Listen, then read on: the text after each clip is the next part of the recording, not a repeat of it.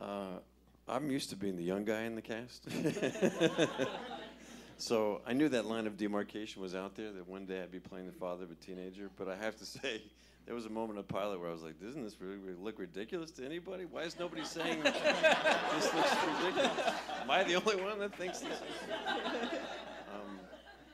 But especially when you shaved your beard. You yes, looked so much younger. I look like him. Yeah. Except older. You just keep telling yourself you were a teenage father.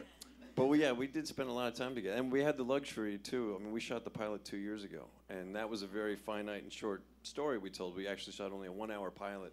And then we had a year before we went to series. And we smashed the 1-hour pilot with our first episode that we shot and made it a 2-hour premiere. So we've now known each other for 2 years and have had a lot of downtime to sort of get to know each other and figure out our rhythms. And so, you know, I'm amazed at how well it reads in the pilot, which was 2 years ago, because I feel like it's a relationship that keeps getting stronger the more time we spend around each other. What's that like to shoot a pilot and then come back to it a year later? Do you sort of have to sort of...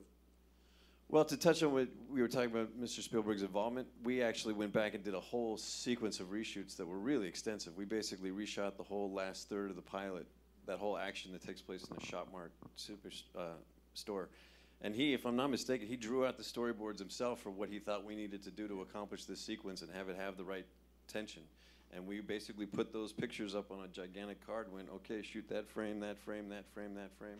And then when we cut it all together, it's this great Spielbergian siege. It was pretty great. It was like we had 54 shots on a board. We had a certain amount of time to do it, and we literally just would do them one at a time and just cross them off and go to the next one. And it was pretty major because we were doing a lot of CG shots.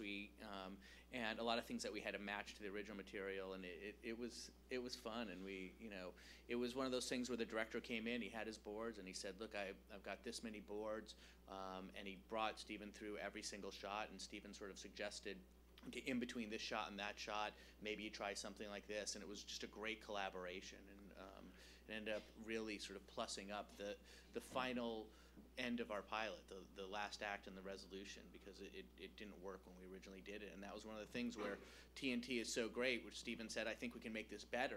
They were willing to pick it up as is, and he's like, it's good, but it's not great. I want it to be great. And same thing with the visual effects. We got literally today we just sort of signed off on the final visual effect for the final piece of the show, and he got really involved in it and redesigned stuff to make it better.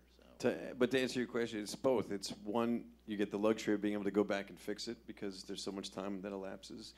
And then on the other hand, it's incredibly frustrating because your friends and family are like, what did you do up in Canada? Am I ever going to see it? Yeah. Yes, sir.